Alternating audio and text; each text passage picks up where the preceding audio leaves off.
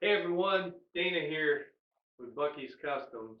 Hey, in this video I'm going to show you how I made this Lightburn created engraving of a hunter's prayer. Now it's hunting season here in New York and I love to hunt.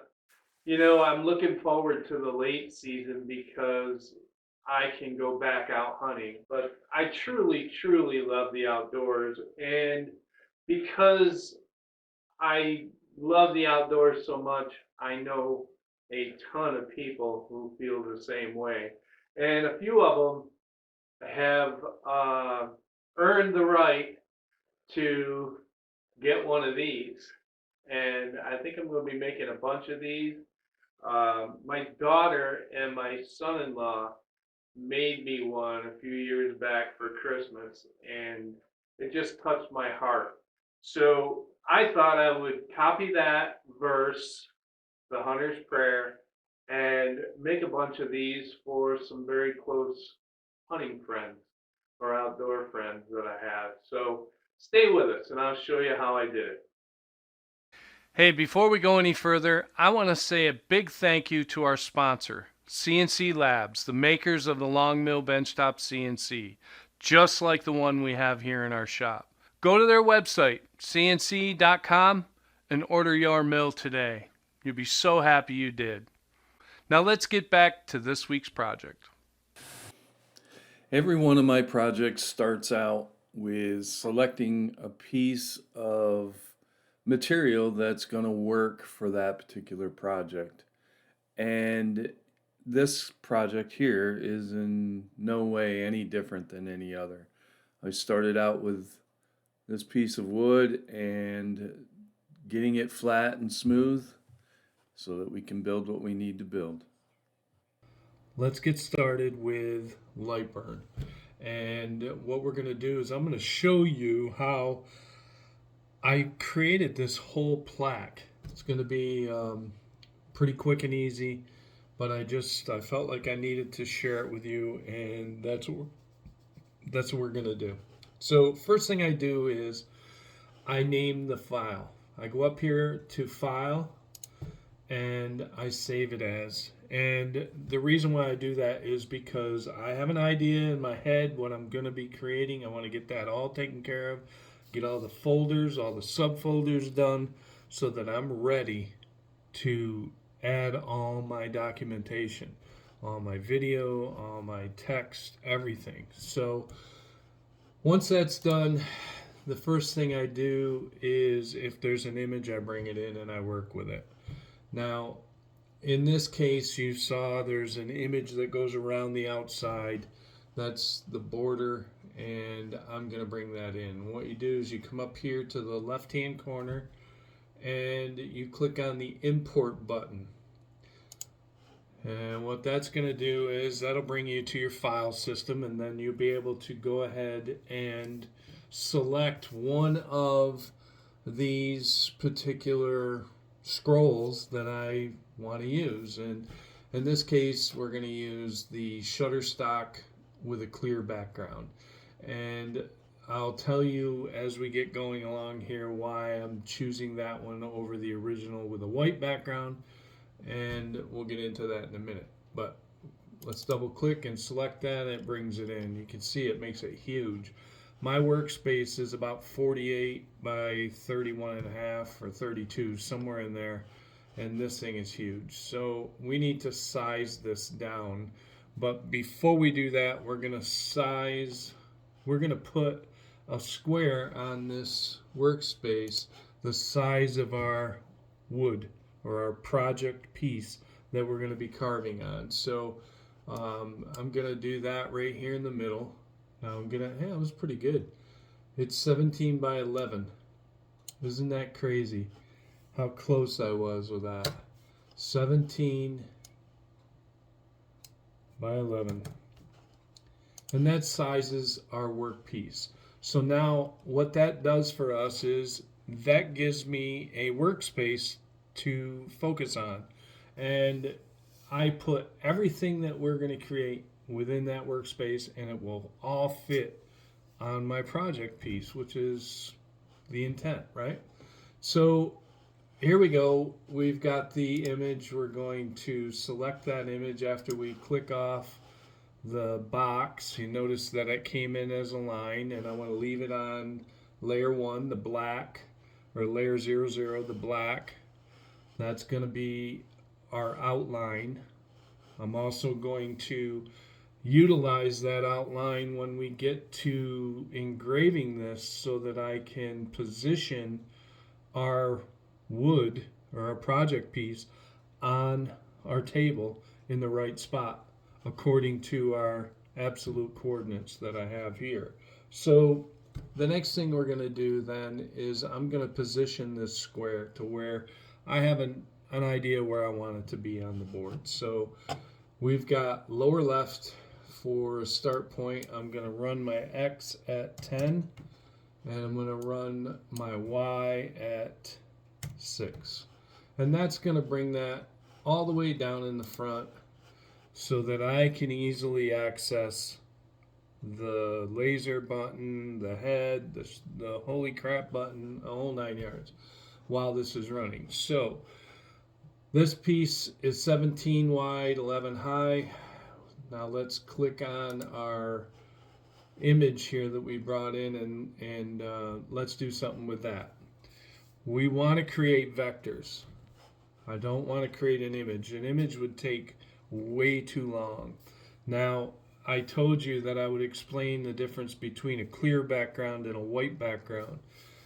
In my case, I'm not sure it happens every time, but I'm pretty sure that it happens a lot. That in my case, if I don't use a clear background, then my machine can't recognize the white space. And if you're familiar with a white space in Lightburn, Lightburn offers a feature that will speed up your machine when it's not engraving something. So if you notice on this outline, it's one side or the other. There's very small, it'll go over here and click, click, and then it'll run all the way over and do this, click, click, and go back and forth. And the space in between is called white space. Now, sometimes when I don't use a clear background, that white space in between is recognized as a color, and therefore the machine slows down, or goes the same speed as the program speed for the engraving. And you don't want that. You want it to speed up as fast as it'll go. The Longmill is only capable of going so fast, so I believe I set it up to the proper millimeters per minute, I think. But I'll show you where that is. If you go up to the wrench and then over to the right, you can see where it says Auto Home on startup, or you can see fast white space scan. I got mine set at 3962 millimeters a minute. And how I came up with that, I have no idea. I think I was listening to Ikenna on one of his lives, and he shared that information, and that's how I managed to change that. But what that does is that will now speed up in between your vectors. It'll just accelerate your machine like you're stepping on the gas at a red light. So that's done. So now you know why I make a clear background. Secondly, we're going to make vectors out of this image, and how we're going to do that is I'm going to select the image, which it's already selected, and I'm going to right click on it. And if you look at this drop or fly out menu, it shows you trace image, and you want to select that. Brings you up another window, and we can make this larger so you can see that better. Brings up that window, and you can see all this purple lines is what the program has put on and around all the image. And you can see it's pretty doggone good. I mean, it's a good image. That's the key. It's a very good image. It's very high quality, so you're gonna get a good vector simulation of that when you tell the machine to go ahead and trace it. Now, obviously, if you have a poor image, it's all pixelated, it's going to have a hard time. Put a lot of circles, you've probably been experiencing that. And you have to go in and edit that stuff. Sometimes you just can't, it can't be helped. If you get an image, you absolutely have to have that image, then you're going to have to edit it. And it's going to take you a while. But you get used to it, you figure it out, things go quicker, and you know, it works out. But if it's an image that's that important, who cares how long it takes, right? Anyway, I'll let you know that I delete the image after I trace it. And that doesn't delete the image permanently, it just takes it out of Lightburn. Now, why I do that, I guess, I don't know. I've always done it. So I found no reason to keep it in there. So let's click OK. Now that's created, you can see, a vector all the way around that image. Now we need to size that to fit in our in our project piece. So we're going to come up here to the size, and we know the project piece is 17 by 11. Let's make it an inch smaller. We'll go 16 by 10, and that is that. Now we need to center this thing on the workpiece. Now the workpiece here is simulated by this rectangle that I've made. So we want to select the scroll outline. Then we want to hit our shift key and select the outline itself. Then you're going to come all the way up to the top, and you're going to see a little crosshair bullseye type of icon, and it's going to say align both vertical and horizontal centers. And what that does, because you've selected the scroll first and then the square second, it's going to take the scroll and move it to the square. If you did it totally opposite of that, it would move that square, and then that would mess up our starting point. So that's why we're doing it this way. So let's just hit that bullseye. You see how it puts it in there, really cool. And that is it. That's all I did to create the border. Now, I'm not going to go in and show you how to do all the text and all that, but it's fairly simple. I will give you some tips a little bit, but I think what I'll do is I'll take you into the other file that I used, the finished file that I used to engrave this whole piece. So let's do that. There it is, the Hunter's Prayer. Now, I don't have any of this output on, so we need to get that all put on so you can see it. So there's our Hunter's Prayer. And, you know, I created the text using the text tool, which is over here. And I then made the text align. I converted it to a path. And the reason for that is so that I think I've explained this before. I had a video that I had just done where the intensity of the burn wasn't even across the piece, the project piece. And that's because I glued a bunch of boards together from my cutting board, and those are all different grains, and they will carve differently. Certain woods carve differently. Maple is a beast. It's very hard, and you really need to slow it down to get the same intensity as, say, oak or cherry. Cherry's perfect. Sometimes plywood can be good, but most of the time plywood's the same way. You can't get an even burn. So the reason why I do this with a pass is so that I can break out certain pieces of it and recarve just that, or re-engrave just that to darken it, to match the rest of the text. Because sometimes you might have to do 1 or 2 passes, 3 passes, or even change your speed to slow it down to make that all work. So that's why I do that with text. I just convert it to a path, and it also gives me a couple other options, which I'll explain to you in the cuts and layers when we go over there and set our speeds and burner temperatures, stove temperatures, whatever you want to call that. But anyway,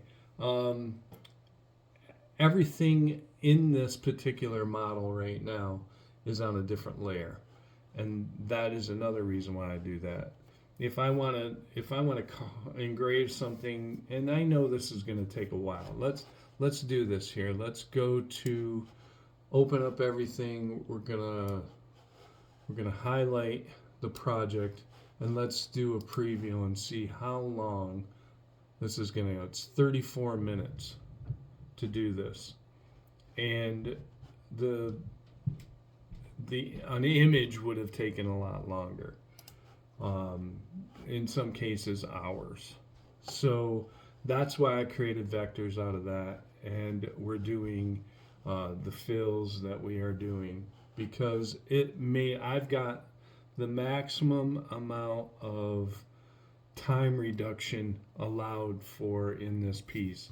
And the other reason why I do that is because if this is a long carve or an engraving, and it takes total 4 hours, let's say, and I don't get to start it until 8 o'clock at night, I don't want to stay up all night. So I'll do a layer or two, and then I'll pause it. And the other reason why I don't like to include the whole thing and carve and engrave it all at once is because if during the time I have a power outage or whatever and I lose my information, whatever, for whatever reason, it just makes it easier. I'm only redoing a small portion instead of the whole thing. So that's the other reason. So let's move over to the cuts and layers, and let's select one of these. Let's start out with the black layer. I'm going to make this larger here. I don't know if that'll work or not. It won't let me zoom in, but the black layer. The black layer is our text. So I've got that set at 700 millimeters a minute at 100% power, and I'm using offset fill. Now, offset fill is not a friend of mine. It's just fill with an F, F-I-L-L, not P-H-I-L. But offset fill will engrave this faster than just the plain old fill. Now you can select fill all shapes at once, and I'll show you what that does. So we're going to switch this over to fill. We're going to do fill all shapes at once, and I'll show you what it does. So let's shut off the other layers, and we'll hit preview. And then that is 13 hours and 59 minutes. So that's a long time. So let's just play it.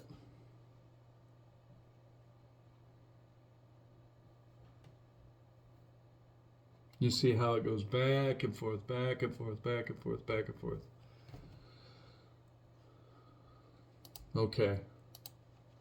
So now let's change this to fill groups together and do a preview. Same amount of time. Okay? So let's click OK on that. Same amount of time. So we're going to go back. We're going to do fill shapes individually. Click OK. And then we're going to, you can look, it's 10 minutes instead of 13. So we saved 3 minutes on that. Now, granted, sometimes you're going to get a poor quality burn by doing this because it has more intensity in a short area.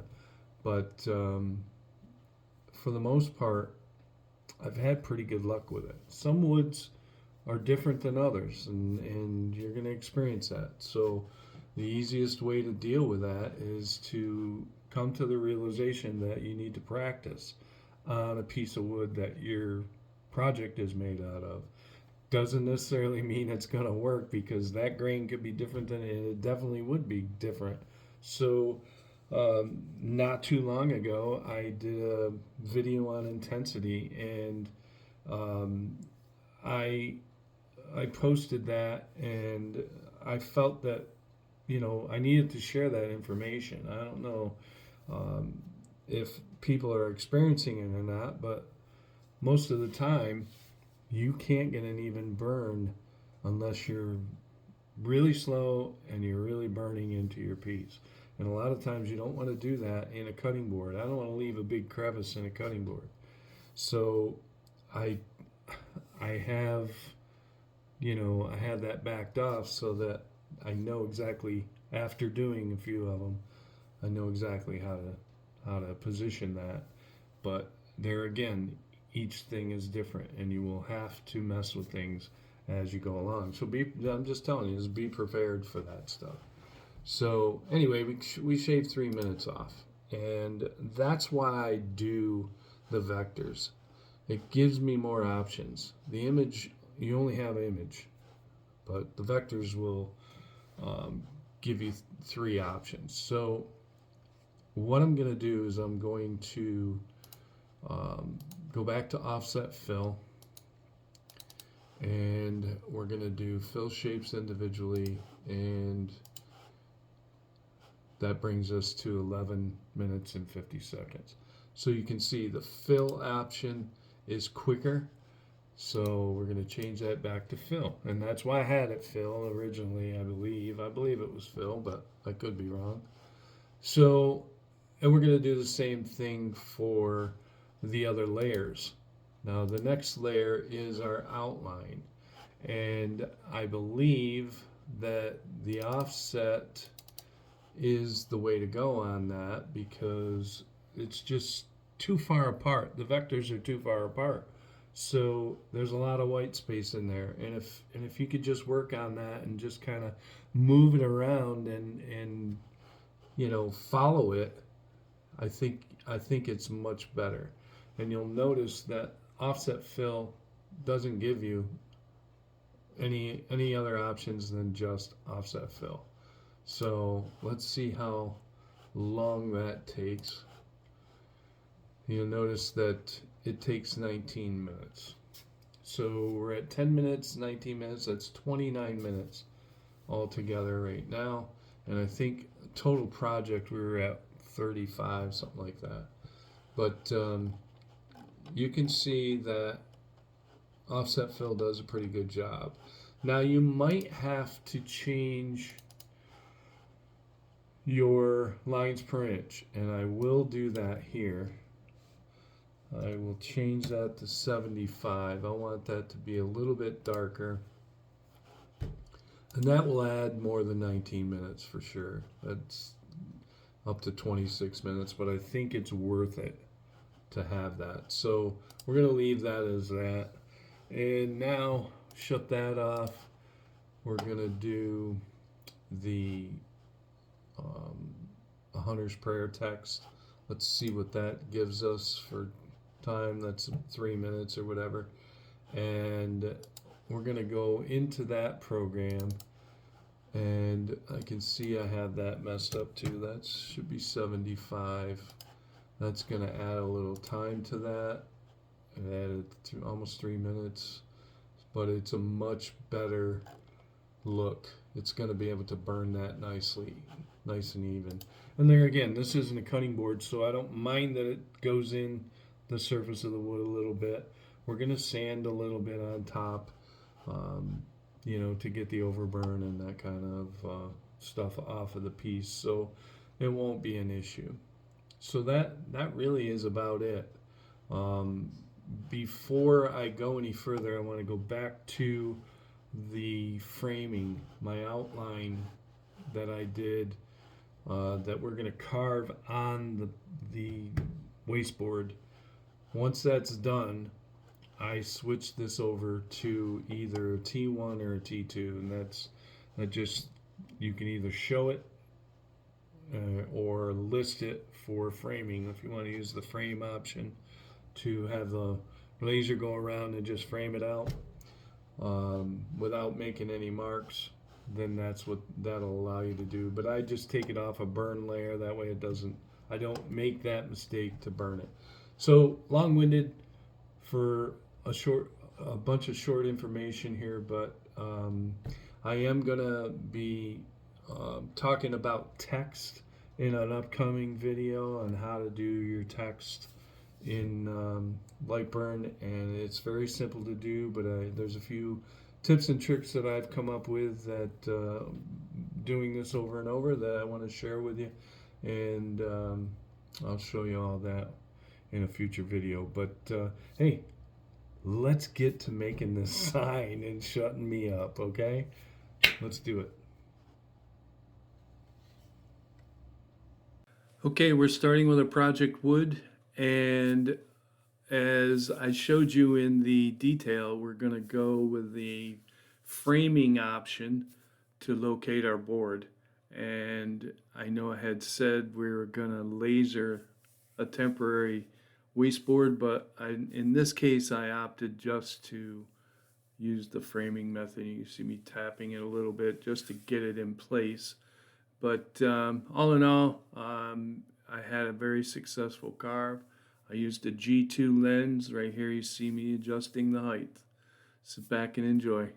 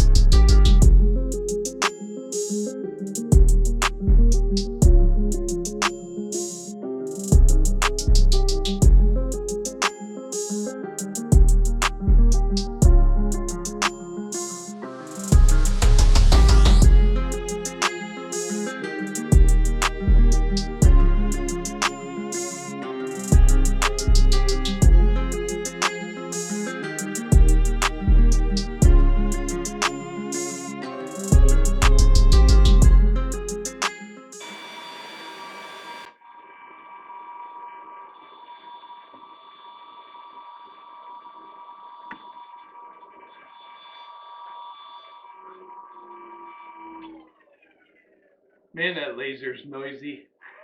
Well, what do you think? I like it. I think it came out super, and you know, it's got some variations. I'm using a piece of cutoff. I did flatten it with the drum sander, as you saw, but I want to leave it as rough as I can. I'm going to do a little sanding on it to round it over and everything before I put a clear on it. So I think it came out pretty good. So hey, if you like the video, you know what to do. Go ahead and click the like button. And you know, you really should subscribe to my channel. I mean, I make some pretty cool stuff, and you know, it's free. So click that subscribe button. I really appreciate it. I appreciate each and every one of you that support my channel. Thank you so much. Hey, until next time, be safe out there.